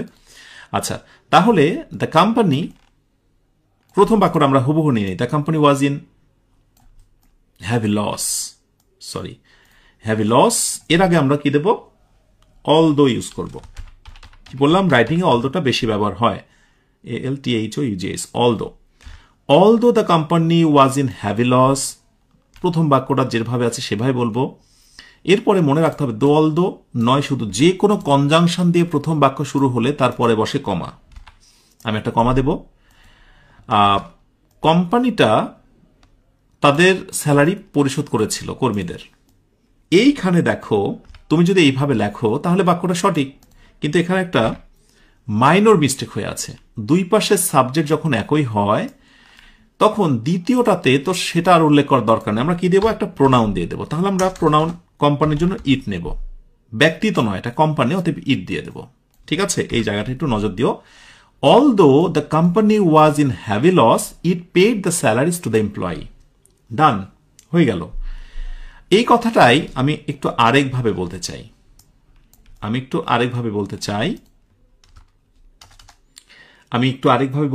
ধরো, দো অলদোর পরিবর্তে তুমি একটা ফ্রেজ মনে রাখবে, সেটি হচ্ছে ইন, SPIT, স্পাইট অফ, অথবা ডেসপাইট, দুইটা শব্দ, সত্ত্বেও, ইনস্পাইট অফ অথবা ডেসপাইট, ঠিক আছে। দেওয়ার পর ওই যে প্রথম যে বাক্যটা তুমি লিখতে চাচ্ছ সেইটার পর, মানে এটার পর তোমাকে নাউন ফ্রেজ দিতে হবে বা জেরান্ড ফ্রেজ কিছু একটা, এরপরে তোমাকে নাউন ফ্রেজ বসাতে হবে এই জায়গাটায়। তাহলে কোনটা নাউন ফ্রেজ বাক্যের? The heavy loss. তুমি এইটাকে বসে দাও, ইনস্পাইট অফ বা despite of the heavy loss. ইনস্পাইটের পরে অফ বসে, ডেসপাইটের পর অফ বসে না। তাহলে কি লিখছি আমরা? ইনস্পাইট অফ বা ডেসপাইট দ্য হ্যাভি লস, কমা, এখানে কিন্তু ভার্বটাকে আমরা উজ্জ্ব করে দিলাম। রাইট? কেন করলাম বলছি তোমাদের। তাহলে ইনস্পাইট অফ অথবা ডেসপাইট দ্য হ্যাভি লস, প্রচুর লস থাকা সত্ত্বেও, পরে বাক্যটা এবার দিয়ে দাও, it paid the salaries to the employee.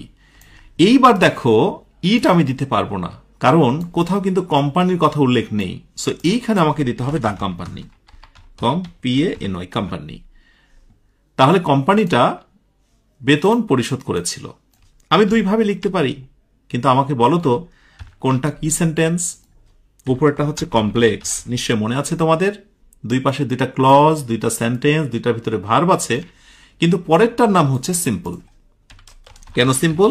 কারণ কৌশলে প্রথম অংশটাকে আমি ফ্রেজে পরিণত করেছি, যার ভিতরে কোনো ভার্ব নেই। ফ্রেজ যার ভিতরে কোনো ভার্ব নেই, ক্লজ যার ভিতরে ভার্ব থাকবে। বুঝতে পেরেছ? আর দুই পাশে দুইটা ক্লজ মানে হচ্ছে কমপ্লেক্স সেন্টেন্স, আর ভার্ব ছাড়া এটা ফ্রেজ। এই যে কৌশলে আমি যে বাক্যটি করলাম, এটা সিম্পল এবং এটা খুবই চমৎকার। লেখার ক্ষেত্রে একজন পরীক্ষক এটিই চান যে একজন শিক্ষার্থী এইভাবে একটা বাক্য লিখুক, ইনস্পাইট অফ অথবা despite the heavy loss, the company paid the salaries to the employee. অর্থ একই থাকলো, বড় ক্ষতি থাকা সত্ত্বেও, বড় ক্ষতি থাকা সত্ত্বেও কোম্পানিটি কর্মীদের বেতন পরিশোধ করেছিল। ওই ঘুরে ফিরে একই কথা। আর এখানে যদি বলি, যদিও কোম্পানিটি বড় ক্ষতির মধ্যে ছিল, তবুও তার কর্মীদের বেতন পরিশোধ করেছিল। তার থেকে বড় সুন্দর লাগছে, বড় ক্ষতি থাকা সত্ত্বেও কোম্পানিটি কর্মীদের বেতন পরিশোধ করেছিল। That's all. Choice is yours. তুমি পরীক্ষায় কোনটা ব্যবহার করবে, রাইটিং অংশে তুমি কোন ধরনের লেখাটা লিখবে, এটা এখন তোমার উপর ডিপেন্ড করছে।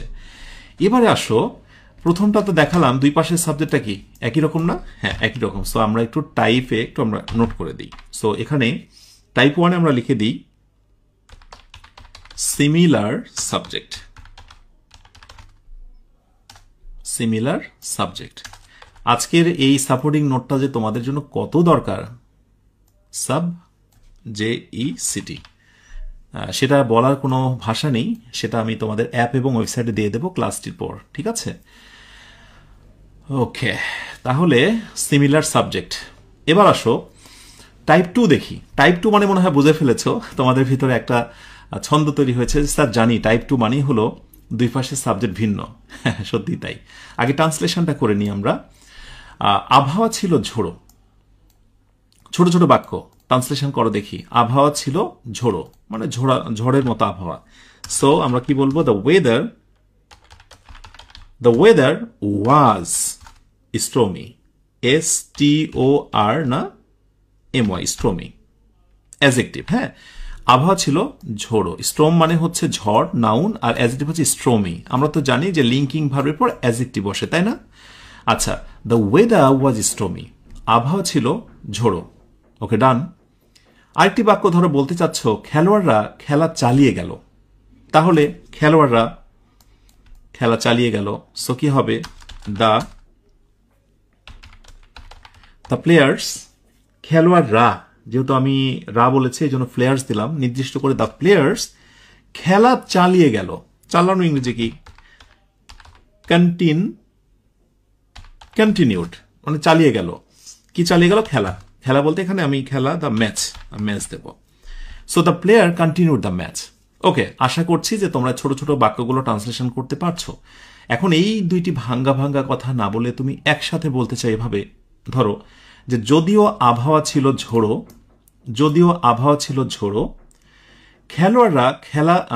তবুও খেলোয়াড়রা খেলা চালিয়ে গেল। যদিও আবহাওয়া ছিল ঝোড়ো, তবুও খেলোয়াড়রা খেলা চালিয়ে গেল। তাহলে কি হবে এবার? পারবে তোমরা? ওকে, একটু দেখি। আরেকটি বিষয়, আজকের আয়োজনটা কি এনজয় করছো? কারো কাছে খুব বেশি কমপ্লেক্স কঠিন লাগছে? তোমাদের কারো কাছে কি মনে হয় যে ফ্রি হ্যান্ড রাইটিং এই ধরনের জিনিস বাদেও শেখা যায়? এরকম মনে হচ্ছে নাকি? একটু কমেন্টে জানাও পুরো আয়োজনটা বা এখন পর্যন্ত যারা ক্লাসটা করছো, এনজয় করছো, মনোযোগ দিয়ে লেগে আছো এবং শেষ পর্যন্ত থাকবই স্যার, এই রকম নিয়তে যারা আছে একটু কমেন্টে জানাও তো। ওয়েল, তাহলে দুইটা বাক্যকে আমরা যুক্ত করব। যদিও আবহাওয়া ঝোড়ো ছিল, তাহলে যদিওর জন্য আমরা যেটা ফার্স্টে নিয়েছিলাম সেটাই নিব আমরা, অলদো। ওকে, নাইস। তোমরা যারা কমেন্ট করছো অভিনন্দন। Although the weather was stormy, আমরা এটুকু রাখছি। বাংলা অর্থটা কি?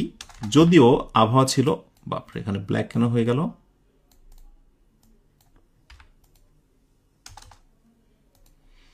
আচ্ছা, although the weather was stormy, যদিও আবহাওয়া ছিল খুবই ঝোড়ো।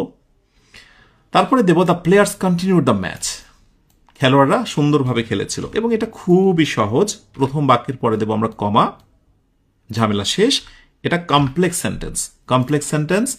এটার থেকেও গ্রহণযোগ্য যে সেন্টেন্সটি সেটা এবার আমরা দেওয়ার চেষ্টা করছি। সেটা কোনটা? অলদো ইউজ না করে কি বলেছি বলতো? সিম্পল করার সময় আমরা বসাবো ইনস্পাইট অফ অথবা ডেসপাইট, মনে থাকবে। এরপরে আমরা কি বসাবো? নাউন ফ্রেজ বসাবো একটা, যে কোনো মূল্যে নাউন ফ্রেজ বানিয়ে নেব। কিভাবে পারবো ওগুলো প্র্যাকটিসে তুমি এমনিই দক্ষ হয়ে যাবে। আমিও যখন ফ্রি হ্যান্ড রাইটিং শিখি আমাকে কেউ শেখায়নি যে এইভাবে নাউন ফ্রেজ গঠন করো, কিন্তু এখন বাক্য দেখলে আমি বুঝতে পারি, বা লম্বা একটা বাক্যকে কিভাবে নাউন ফ্রেজ করতে হয় এটা আমি পারি। কিভাবে? প্র্যাকটিস করেছি, তাই, নাথিং এলস, এর বাইরে কিছু নয়। তাহলে স্টর্ম এখানে বলবো ইনস্পাইট অফ অথবা ডেসপাইট, নাউন ফ্রেজ বসাও। নাউন ফ্রেজটা কি হতে পারে? The stormy weather. তো এইসব ক্ষেত্রে যেটা হয়, এই অ্যাডজেক্টিভটাকে নাউনের আগে বসাই দিবে। হ্যাঁ, তাহলে হচ্ছে দ্য স্টর্মি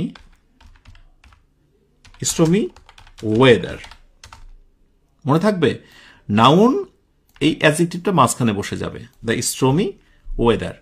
তাহলে কি দাঁড়ালো? ইনস্পাইট অফ অথবা despite, noun phrase the stormy weather, এরপরে বসবে একটা কমা।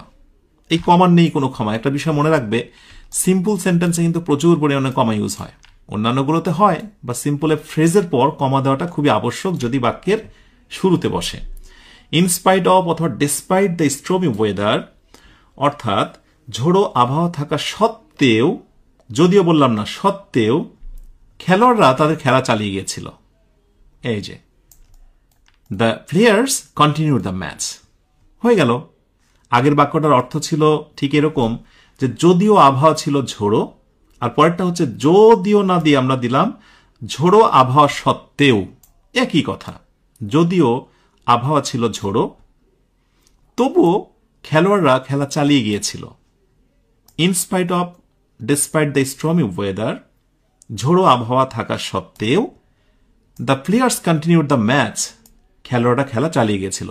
বোথ আর সিমিলার, বাট সবচেয়ে বেশি মানানসই যেটি, প্রথমটা হচ্ছে কমপ্লেক্স সেন্টেন্স আর পরেরটা হচ্ছে সিম্পল।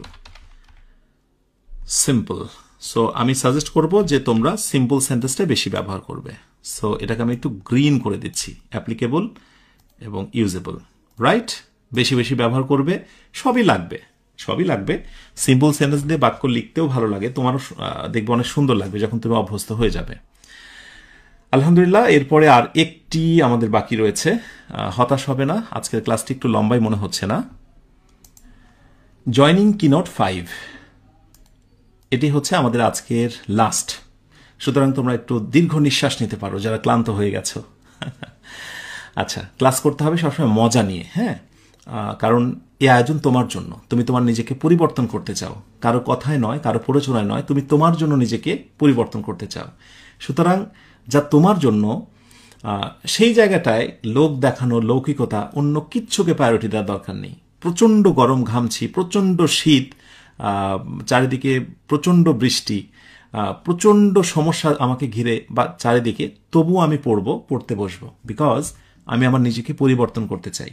কারণ তুমি যদি পরিবর্তন না হও তাহলে একসময় পারিপার্শ্বিক এই প্রতিকূল পরিস্থিতিগুলো তোমাকে আরো বেশি কামড়ে ধরবে, তোমাকে আরো বেশি লাঞ্ছনা দেবে, অপমান করবে। সুতরাং ভালো দিনের জন্য ছোট ছোট কষ্টের মুহূর্তগুলো বিসর্জন দেওয়া যেতেই পারে, ঠিক আছে? সবসময় আশাবাদী হবে, হতাশাকে প্রশ্রয় দেবে না। হতাশা কার কাছ থেকে আসে? শয়তানের কাছ থেকে।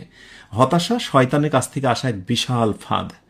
তোমাকে হতাশা ঘিরে ধরেছে মানেই তুমি ধরে নাও শয়তান তোমাকে ঘিরে ধরেছে।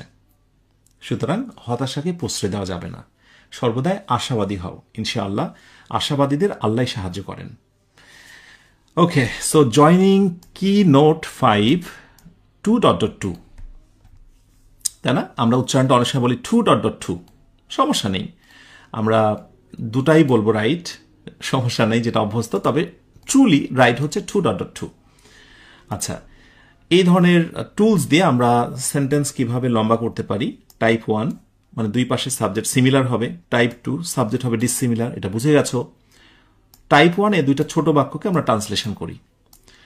আমি খুব ক্লান্ত ছিলাম, আমি খুব ক্লান্ত ছিলাম, তাহলে ইংরেজি কি করব? এটা পারবে, আই ওয়াজ ভেরি টায়ার্ড। তুমি আই ওয়াজ ভেরি বলতে পারো, আই ওয়াজ সো বলতে পারো, আই ওয়াজ রিয়েলি বলতে পারো, অনেক কিছু বলতে পারো, I was so, completely, extremely, অনেক কিছু বলতে পারো। টায়ার্ড। এবার তুমি ধরো বলছো যে আমি মিটিংয়ে থাকতে পারিনি, আমি মিটিংয়ে থাকতে পারিনি, তাহলে তুমি কি বলবে? থাকতে পারিনি মানে পেরেছিলাম না, পাস্ট টেন্স। তো পারা মানে ক্যান, পেরেছিলাম না মানে হচ্ছে কুড নট। ঠিক আছে? সো আই কুড নট, থাকতে পারিনি, থাকা বলতে এখানে আমি স্টে দেব। আই কুড নট স্টে কোথায়? মিটিংয়ে। So in the meeting. Okay, আমি মিটিংয়ে থাকতে পারিনি। পারলাম সুন্দরভাবে দুইটা বাক্য ভেঙে ভেঙে করতে। এখন ধরো এই দুইটা ভাঙ্গা ভাঙ্গা কথা তুমি এইভাবে না বলে সুন্দর করে বলতে চাচ্ছ যে আমি এত ক্লান্ত ছিলাম যে মিটিংয়ে থাকতে পারিনি। এভাবে বললে ভালো লাগবে। আর তুমি এভাবে বলতে পারো আমি এত ক্লান্ত ছিলাম যে মিটিংয়ে থাকতে পারিনি, মানে ওই কথাটাই, আমি এত ক্লান্ত যে মিটিংয়ে থাকতে পারিনি। তাহলে এই দুইটা বাক্যকে তুমি কিভাবে যুক্ত করবে? তাহলে কৌশল হচ্ছে আমি দেব আই, তারপরে দেব ওয়াজ। আই ওয়াজ, ওই যে যাচ্ছিল। এই ভেরি, সো, রিয়েলি যে শব্দগুলো আছে বেসিকলি যেটাই থাকুক এখানে সো চলে আসবে, সোটা থেকে যাবে। I was so, TIRED, tired. I was so tired. ঠিক আছে, পরেরটাকে এবার যুক্ত করছো। আই কুড নট, এইখানে তোমাকে একটা জিনিস লাগাতে হবে, I was so tired that, এই দ্যাটটা লাগাতে হবে। I was so tired that, তারপরে I could not stay in the meeting. এবার শুধু তাকিয়ে তাকিয়ে দেখো যে আমি কি পরিবর্তন করলাম। সো দিলাম আর আমি একটা দ্যাট দিলাম। তার মানে 2.2 যদি থাকে কোনো বাক্যতে, সরি আমি ওইটা না, আমার একটু মিস্টেক হয়েছে। তাহলে কোনো বাক্যতে যদি ভেরি বা সো থাকে এবং তোমার কি বলে মডেল ভার্ব দিয়ে নেগেটিভ থাকে, সেটাকে আমরা সো ডট ডট দ্যাট দিয়ে আমরা কি করতে পারি? কনভার্ট করতে পারি। আবার এই বাক্যটাই খেয়াল করো, এই সেম বাক্যটাই তুমি আবার আরেকভাবে বলতে পারো, যেইটার ক্ষেত্রে কিন্তু এবার হচ্ছে ওই যে উপরে টু এর ব্যবহারটা চলে আসবে, 2.2। যে আই ওয়াজ টু টায়ার্ড, আমি এতটাই ক্লান্ত ছিলাম যে, যদি কোনো বাক্যতে টু ব্যবহার করো তো টু এর পরে বসবে হয় অ্যাডজেক্টিভ না হয় অ্যাডভার্ব। এখানে হয় বসবে অ্যাডজেক্টিভ না হয় হচ্ছে অ্যাডভার্ব। তো কি বসলো? টায়ার্ড, এটি হচ্ছে adjective. So I was two tired, আমি এতটাই ক্লান্ত ছিলাম। এবার তোমাকে একটা ছোট্ট টু দিতে হবে, এই যে টু দিতে হবে, এই টু। এবং এই টু এর এমন একটা পাওয়ার যে, এই দ্যাট থেকে শুরু করে এই নট পর্যন্ত সে নিয়ে রাখে, এর ভিতর সব আছে। তার মানে এইখান থেকে এইটুকু আমি বসিয়ে দেব। বুঝতে পারিনি বলা যাবে না, শুধু দেখতে হবে যে কোথায় কি বসালাম আর কি বাদ দিলাম। I was two tired to stay in the meeting, আমি এত ক্লান্ত ছিলাম যে মিটিংয়ে থাকতে পারিনি। দুইটা বাক্যই তুমি রাইট, দুইটাই লিখতে পারো। এর ভিতরে একটা হচ্ছে কমপ্লেক্স সেন্টেন্স আর একটা হচ্ছে simple sentence. Now choice is yours. এখন ভেবে দেখো তুমি কোনটা ব্যবহার করতে চাও। I was two tired to stay in the meeting. Well, এবার হচ্ছে এটা তো সিমিলার সাবজেক্ট, সো আমরা একটু লিখে দিই সিমিলার সাবজেক্ট। আর এইবারে আমরা দেখব প্রশ্নপত্রটি খুব জটিল ছিল, এরকম একটা ইংরেজি করব। অনেক শিক্ষার্থী সেটি শেষ করতে পারেনি। আমরা একটু ট্রান্সলেশন করি ফার্স্টে। বসে থাকবে না, হ্যাঁ, বাক্য দেখার সঙ্গে সঙ্গে নিজে ট্রাই করবে আগে। প্রশ্নপত্রটি, সো প্রশ্নপত্রটি ইংরেজি কি? The questions, the questions, the questions. Okay, the বড় হাতের, হ্যাঁ ক্যাপিটাল হবে, দ্য কোয়েশ্চেন্স, প্রশ্নপত্রটি, প্রশ্নপত্রটি। এখানে দ্য কোয়েশ্চেন পেপার, কোয়েশ্চেন মানে শুধু প্রশ্ন, কিন্তু প্রশ্নপত্র বললে question paper. The question paper খুব জটিল ছিল। ওয়াজ কি বলবো? ওয়াজ ভেরি, ওয়াজ রিয়েলি ইত্যাদি ইত্যাদি। ওয়াজ ভেরি কমপ্লিকেটেড, কমপ্লিকেটেড, খুবই জটিল ছিল। ডান। আরেকটি বাক্য, অনেক শিক্ষার্থী সেটি শেষ করতে পারেনি, মানে ওই যে কোয়েশ্চেন জটিল ছিল তাই শেষ করতে পারেনি। আমরা কি বলবো? অনেক শিক্ষার্থী। So many students. এটা তো আমরা জানি যে ম্যানির পর পরবর্তী নাউনটা কি হয়ে যায়? প্লুরাল হয়ে যায়। ম্যানি বুকস, ম্যানি স্টুডেন্টস, বুঝতে পারছো? শেষ করতে পারেনি, যেহেতু আগেরটা ওয়াজ ছিল, তার মানে এখানে পারা মানে ক্যানেরই পাস্ট টেন্স হয়ে যাবে could. So many students could not finish. আমরা তো জানি যে মডেল ভার্বের পরে বেস ফর্ম হয়, তাই না? আচ্ছা, কুড নট ফিনিশ ইট, কি শেষ করতে পারেনি? এটা মানে পরীক্ষা, আমরা ইট দিলাম। ডান। এখন এই কথাটা, প্রশ্নপত্রটি খুব জটিল ছিল, অনেক শিক্ষার্থী সেটি শেষ করতে পারেনি, এই কথাটাকে যদি আমরা ভেঙ্গে না বলে আরেকটু সুন্দরভাবে ফ্রি হ্যান্ড রাইটিং এ লিখতে চাই, প্রশ্নপত্রটি এত জটিল ছিল যে শিক্ষার্থীরা সেটি শেষ করতে পারেনি, তাহলে কত সুন্দর শোনায় না? এত জটিল ছিল যে শেষ করতে পারেনি, তাহলে খুবই সুন্দর শোনায়। এইরকম বাক্যকে আমরা এবার একসাথে জয়নিং করব। দুই পাশে সাবজেক্টটা কি? ভিন্ন। সো এটা হচ্ছে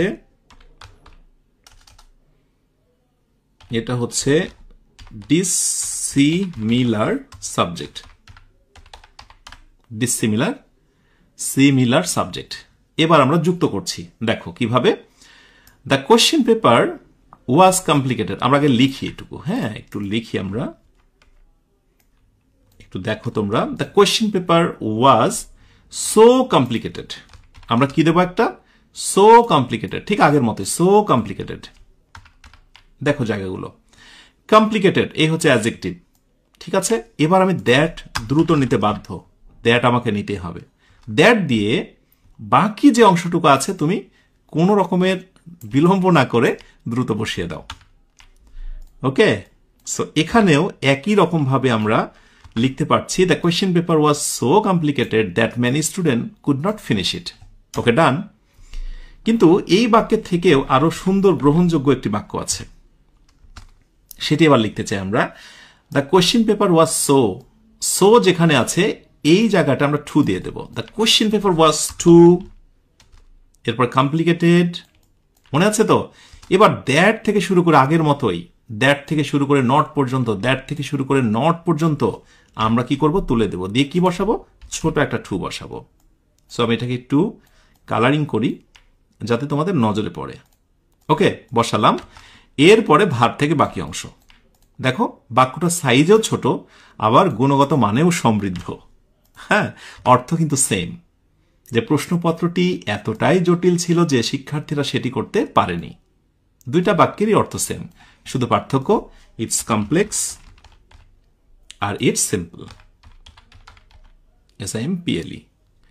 ওকে, তাহলে এইবার তুমি ভেবে দেখো যে কোনটি ব্যবহার করবে। আলহামদুলিল্লাহ, এর মধ্যে দিয়েই শেষ হলো আজকের আলোচনা। ইনশাল্লাহ তোমরা যদি লেগে থাকো তাহলে চমৎকার রুলস পাবে, আর যারা প্র্যাকটিস করছো তারা পূর্ণতায় পৌঁছে যাবে। সাথে এটাও বলে রাখি, ফ্রি হ্যান্ড রাইটিংয়ের এই আয়োজনের পর 20 দিনের জার্নির পর তোমাকে আর কোনোদিন কোনো কোর্স করতে হবে না, বিকজ যেটা আগেও বলেছি আবারও বলছি, ফ্রি হ্যান্ড রাইটিং শেখার মূল রসদ, মূল বিষয়টা তোমাদেরকে দিয়ে দিলাম।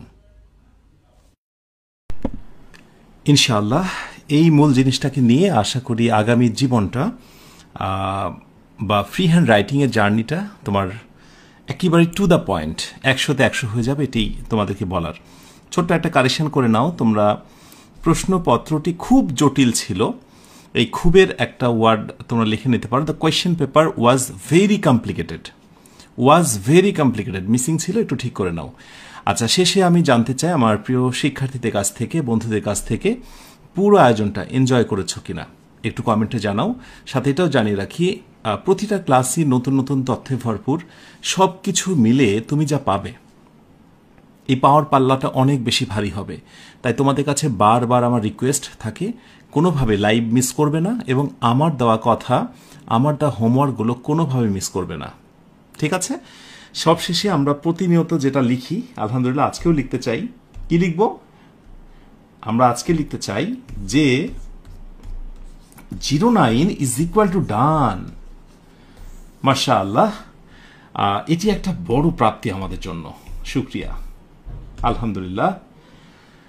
তাহলে শেষ করে আজকের আয়োজনটি, ইনশাআল্লাহ তোমাদের সাথে আবারও কথা হবে পরবর্তী ক্লাসে যথাসময়ে, এই প্রত্যাশায় শেষ করব। অবশ্যই প্রত্যেকে তোমাদের সুচিন্তিত মতামত জানাতে থাকবে।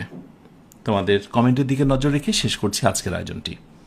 ভালো থেকো, যে ভালো শেষ নেই, সুখে থেকো, যে সুখে সীমানা নেই, এই অনন্ত শান্তির চিরন্তন প্রত্যাশায় সবাইকে শুভরাত্রি। আসসালামু আলাইকুম ওয়া রাহমাতুল্লাহ।